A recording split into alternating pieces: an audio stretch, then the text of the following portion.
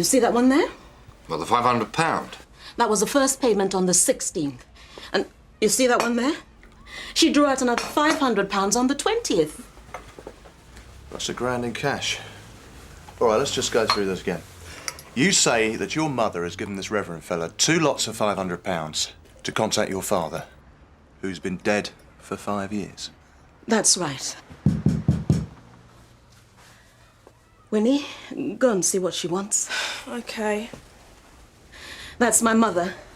She's living with us now. Why didn't you just stop her from giving him the money? Because she's gone a bit, you know, loopy. Can't cope anymore. That's why she's here. We didn't know she'd done it. We can't pry into her affairs like that. Now, what did he say he'd do for the £500? Well, like I said, contact my father on the other side. She had to give some kind of message. And this so-called Reverend Biggie Tembo. That's his name. Yeah, that's his name. Is he a real vicar? They say he is, but your guess is as good as mine. So how is he going to get this message over to the other side? Oh, no idea. But he guaranteed it. Look, we're law-abiding Christians, Mr. Carver. But when things like this start to happen to poor old women like Edna, well, it makes me feel like I want to go down there and kick this Biggie Tembo's ass. She spent $500 on getting in touch with my father and another $500 on my grandmother. Can we speak to your mother? I'd rather you didn't. She's got in this habit of spouting all this religious stuff. Even we can't make sense of it sometimes. And what's her surname? Peg. Edna Peg. All we want is that this man is stopped from promising these things to vulnerable old women like Edna and taking her money. If you can get her money back, even better still. Huh? We'll go and have a word with this, now what's his name again? Reverend Biggie Tembo. Place is deserted. Maybe he's out delivering messages or something. Excuse me. I'm DC Skase. This is DC Carver, Sunhill. Do you know anything about this place? No, I don't deliver here. It's always been boarded up. You don't know who owns it, do you? Yeah, a black geezer, a vicar or something. I don't suppose you know where we could find him, do you? The vicar? Yeah, he runs that minicab place opposite the bookies on Barley Street. Minicabs? Yeah, the Holy Rollers.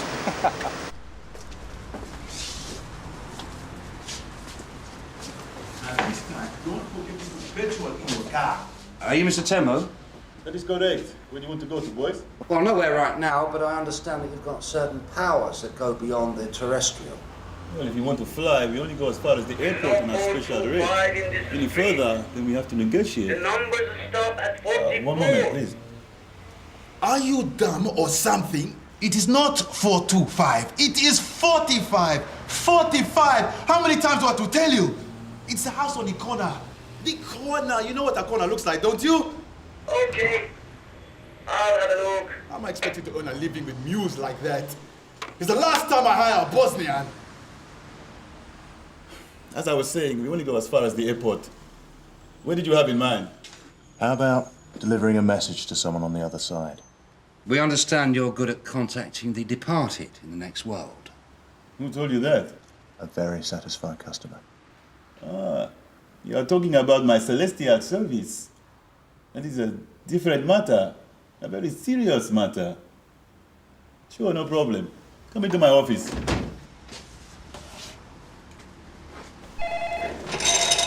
One moment, please. Hello, Jumbo Cabs. Yes, to go to where? About 10 minutes. Okay, bye. One moment, please. Anyone close to Bucknell Avenue for the West End? I'll do that. Okay, it's Mr. Hardnell, flat 1, Top Bell, 5 Bucknell Avenue. How long? 20 minutes. Okay. I see you're a man with letters after your name. It's very impressive. I also have a couple of things from Oxford and Cambridge, but I do not stick them up on a wall of a minicab office. Please, please, sit. Well, if you're a vicar, what are you doing here? Well, it's my personal sacrifice. My small cross to bear. My Via Dolorosa. Till I have enough money to fix the roof of my church in East End Street. So, what can I do for you? Well, we understand that for a fee you claim that you can contact the dead, is that right? That is correct. Do you believe in life after death, Mr. Carver. Do you believe that when you die, there's another life in heaven after this one? Yeah, I suppose so, yeah. That is all I needed to know. So many grieving people come to me after their loved ones have been suddenly and tragically taken away. People have left things unsaid, questions unasked, words of goodbye missed. So a lot of people come to you, do they? Yes, lots. Personal recommendations. I don't need to advertise. What can I do for you? I'd like to know how much it is first. One moment, please. Double cabs, good morning. Yes, madam, I already told you. The cab will be there in 15 minutes. No need to use that kind of language, madam. You'll be ringing your doorbell in 10 seconds. The same to you, madam. Boss, where this Wilfrid Road place? What are you doing here? I just told the woman you'll be ringing the doorbell in 10 seconds. Where this place? You know the cinema? Yeah, boss. Behind the cinema. Okay, number 10. Number 12, you moron, 12.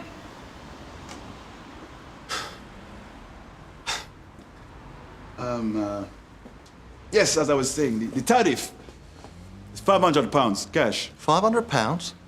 That's a hell of a lot of money. Well, if you feel that way, you could always try phoning Mr. Skase. Yes. As I was saying, £500 cash. All checks must be cleared first.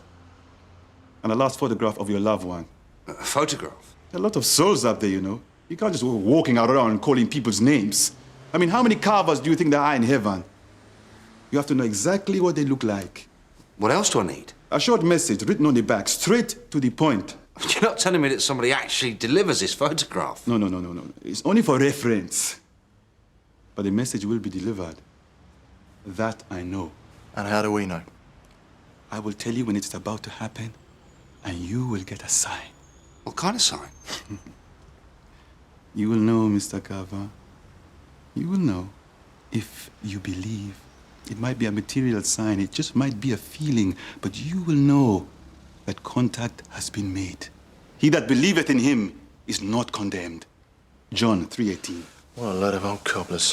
Why are ye fearful, O ye of little faith? Matthew 8:26.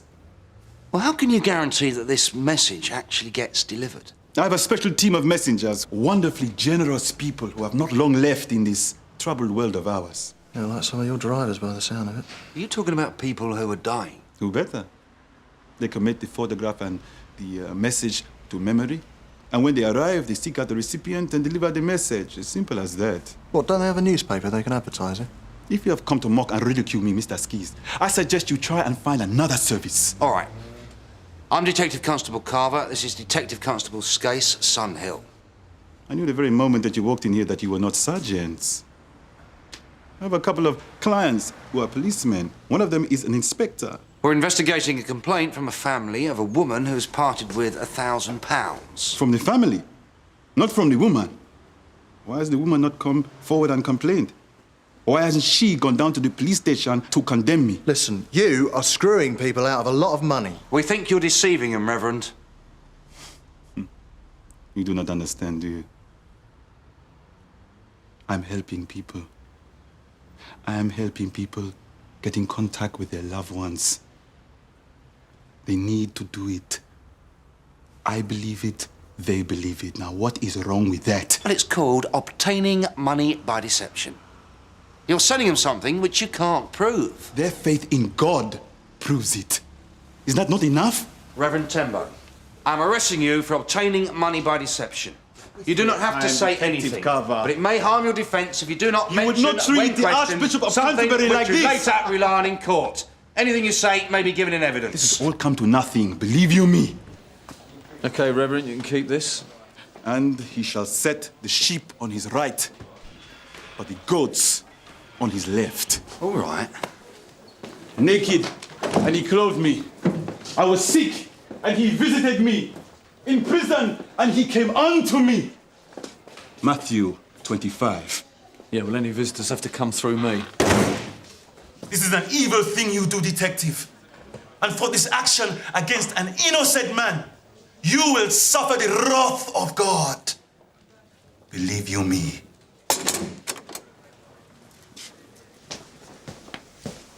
You claim that you can deliver a message to the dead and you charge people £500 for the privilege, is that right? Yes. Look, gentlemen, you can charge me if you like, I don't mind. But whatever the outcome, I shall elect to have a trial by jury. Well, how about the Old Bailey, Reverend? You can scoff all you like, but let me tell you one thing. In order for any jury to find me guilty, you, the both of you, and your best Metropolitan Police legal brains will have to prove beyond any doubt whatsoever that there is no life after death. That when you die, it is like switching a light off. One worldly experience is all we get. Even you yourself said you believed in life after death. This is not a theological debate, Reverend. This is a simple case of you obtaining money by deception. You know, some of the greatest minds in history have wrestled with this problem. But the big test, the great showdown, has landed in the lap of two detectives of Sun Hill Police Station. No life after death, huh? Well, how's about that? Quite a tall order, wouldn't you say? We've cracked worse cases. Meanwhile, back in the feet firmly placed on the ground department, we would like to ask you some questions, if that's all right with you, Your Holiness. Sure, go ahead. Where from, Reverend? Africa. Nairobi, Kenya, to be exact. Been here long, have you? I have a British passport, if that is what you're getting at. Now, these messengers are people who are dying, is that right? Yes, terminal cases. Do you give them anything? I am a very generous man. I usually pay £100 for each message. Who are these messengers? They are people who are dying of AIDS, detective. Right now, I'm very close to a man who is quite close to the end. What's his name? I cannot tell you that. It is a confidence between me and him. The poor man is about to die. The last thing he wants is heavy-handed policemen rummaging around in his life and asking questions. Well, if you don't give us his name, then we're not going to believe you, and the judge and jury at your big trial are not going to believe you either. You do declare this service to the Inland Revenue, don't you? Yes, of course, as part of my general accounts.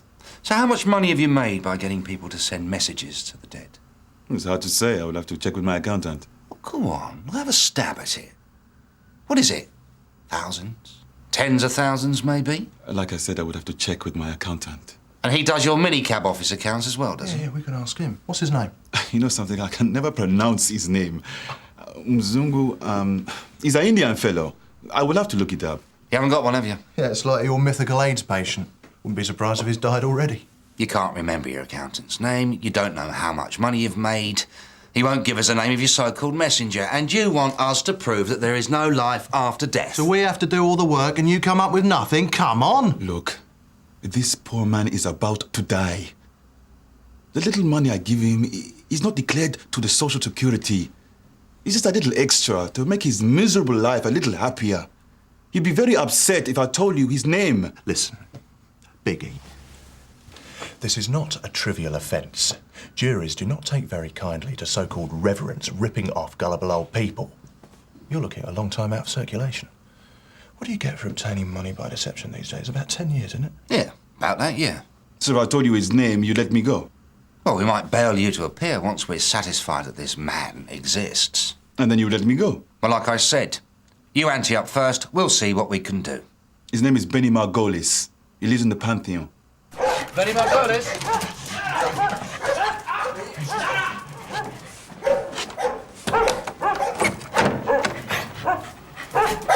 All right, I'll have to lock the dogs out. It's only me that can handle them.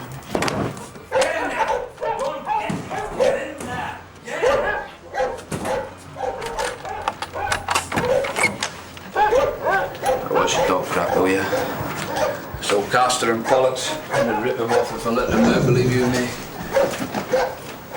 So, guys, I ain't feeling too good. I'm gonna do this lying down if you don't mind. We understand you're carrying out some sort of service for the Reverend Tembo, is that right? That's right, I'm his messenger. Celestial courier, so to speak. Yeah, trust Biggie to think that one up. So what exactly does he ask you to do? I've got AIDS, right? I'm a doper, so it comes as no big surprise.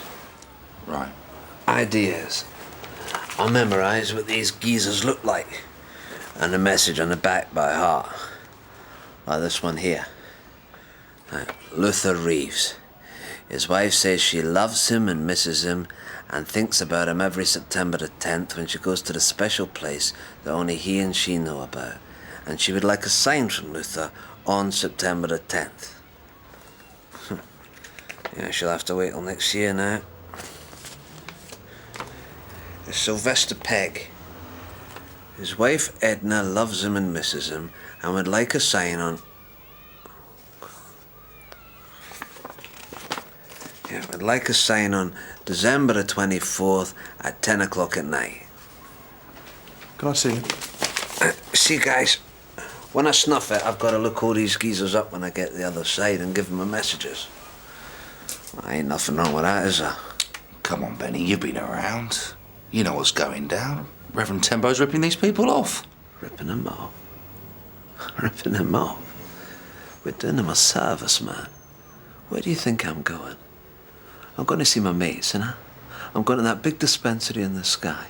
It's all free, all good quality gear, no scripts, no deals, as much as you want, forever and ever and ever and ever. Amen. Yeah, but you're not dead yet. Can't you see he's using you the same way as he's ripping those gullible people off? I mean, you guys know something I don't. You mean this hole is all I get? Even dead's gotta be better than this place.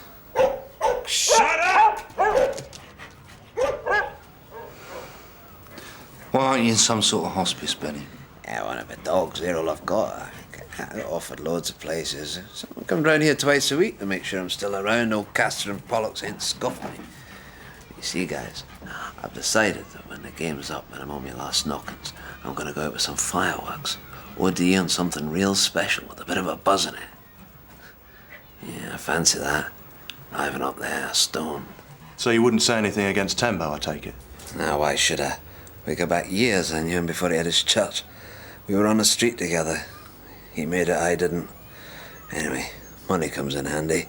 Yeah, I bet it does. I'm gonna get a neck of lamb for the dogs and a bar of chocolate for myself. And I suppose you score with the rest, do you? Ain't nothing left to score. No change out of that. What, from 100 quid? 100 quid? What are you talking about, 100 quid? It gives me a tenner. Listen. 1, 2, 3, 4, 5, 6. 60 quid. What am I gonna get with that? Stretch limo down the chemist?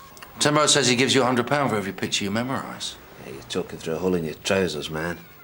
He only charges 50 a go. How's he gonna give me 100 quid? Only stick another nought on the end of that, Benny, and then you got it. And you copped a tenner. You know, I've seen some scams in my time, but... Look. You see these two? He copped £1,000 from some poor old woman for them. £1,000, Benny. And you're the poor schmuck who's gonna snuff it. And all you get is 20 quid. And he's a vicar as well. I don't believe it. He swore in the Bible. He probably reckons I don't need it where I'm going. Come on, Benny, don't let him get away with this. It's probably our one big mistake. Besides, I've never grassed anybody up. I ain't got much time left. I ain't starting now. I want to arrive up there with a clean slate, man. How do you know you won't be handed a shovel and a pair of horns? 'Cause I believe. And that, dear brother, is a secret of what it is all about. Thanks, Benny. Look, I'd like to keep hold of these as evidence, if I may. I'll keep it just in case. Best hedge me bets to be on a safe side. You never know, you never know. I'll hang on to Luther Reeves. It's got his wife's number on the back. I'll bring it back. I promise. Yeah, well, don't leave it too late.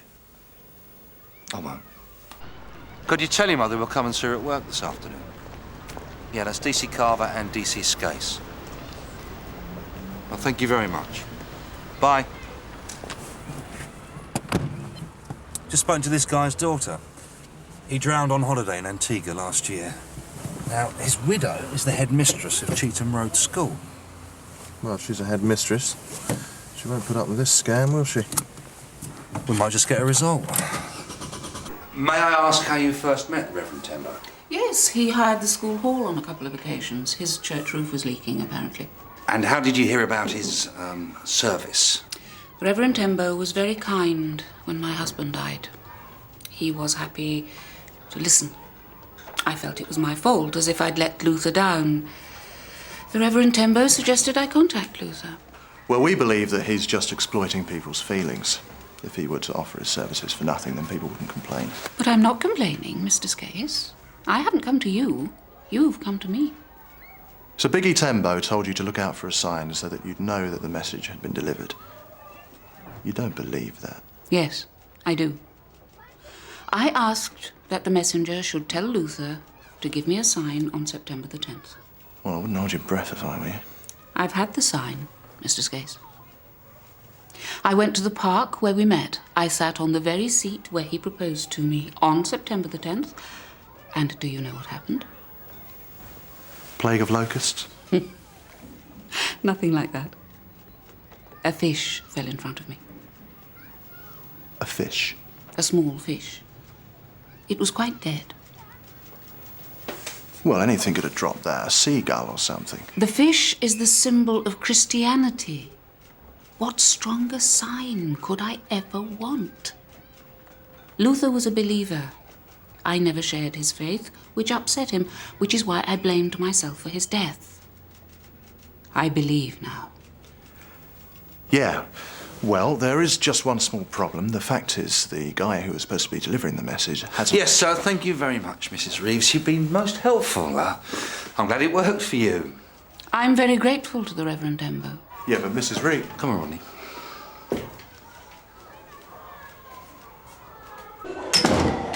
Why did you do that?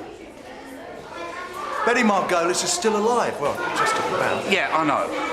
But if Mrs. Reeves wants to believe her husband sends her a sign and it makes her happy, I think we should leave it at that, don't you? Where are you going? Well, he might be ripping these people off for every penny they've got, but he's right. If he elects to go to Crown Courts, you're going to have to prove that there's no life after death. And to be honest with you, I don't think that's a CPS's strong suit. Well, what about his minicab firm?